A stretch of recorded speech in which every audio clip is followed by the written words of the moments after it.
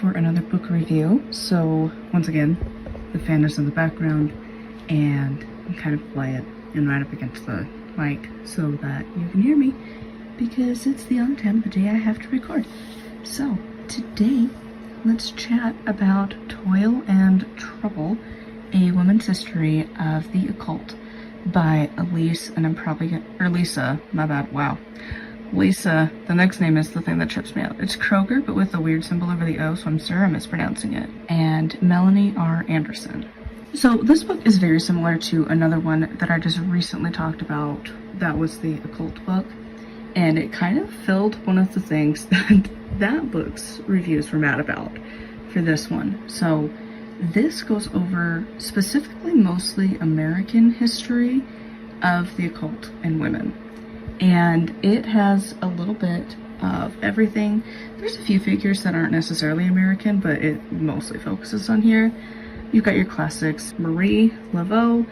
You've got like the first ladies at some points were using like spiritualists and mediums and such, and astrologists. So we get to learn about them.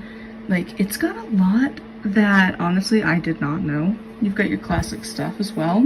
And, you know, you've got the Salem witch trials, but also you've got like some other ones that are quite different.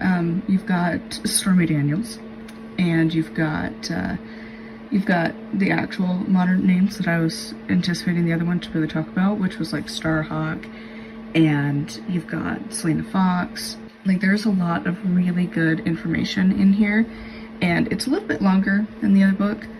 This is usually about like 3 to 4 pages-ish per entry, so it's still relatively small, but it covers the topic pretty broadly, but in a good way. I gave this one a 5 out of 5. Genuinely didn't think I was going to like this book.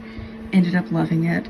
I think it is such an easy to read resource for history, and having the emphasis be only on women.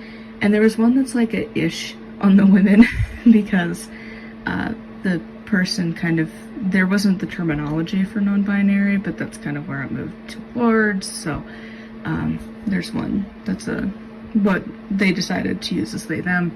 But this book actually tries really hard to be very inclusive. Like, the verbiage and stuff, they try really hard to focus and remind you that like certain things were kind of more okay back in the day. You know, like the Dianic Wicca and the reclaiming tradition and stuff when they first started, and notes, you know, that it's like, we probably wouldn't do that nowadays because most spaces try to be more inclusive. And so, you know, the authors try to present the information, but also remind you of like, it is from a different time, and people are a little more sensitive to things nowadays, and try not to, you know, exclude people because it is stupid, you know? And so they really tried very hard to walk that line, and I think they succeeded in it, of making it, you know, like, back in the day, this is what they did, but like, maybe we don't do that nowadays. And also being, neither of them are part of the occult, they're not part of witchcraft, pagan, anything, but they also were extremely respectful and like actually really did the research, and I appreciate it. They did such a good job. So again, if you're wanting some history and like Triumph of the Moon is like way overwhelming to you, this is another good place to start. And I think that's where I would recommend people for this book, is if you are curious about historical figures, especially more like known in like semi-modern, this is a really good book. Also, if you are curious just on like some women's history, this is fantastic. Like, it has a lot of information that I really didn't know, and it goes into places I wouldn't have expected, but in a good way.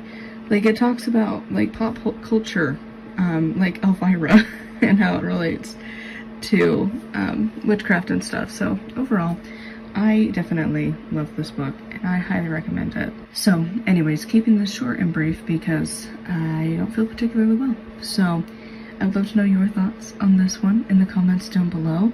I think we only have one more book of the year to talk about, which is insane. And then we go into the reviews for the year. So until next time, thank you so much for coming along. If you want to support me on Patreon, it's patreon.com/nightwillowcrafts. And yeah, my audiobook is available for free over there. You just have to join as a free member. Every single member gets access to it for right now till the end of the year, so make sure to check that out.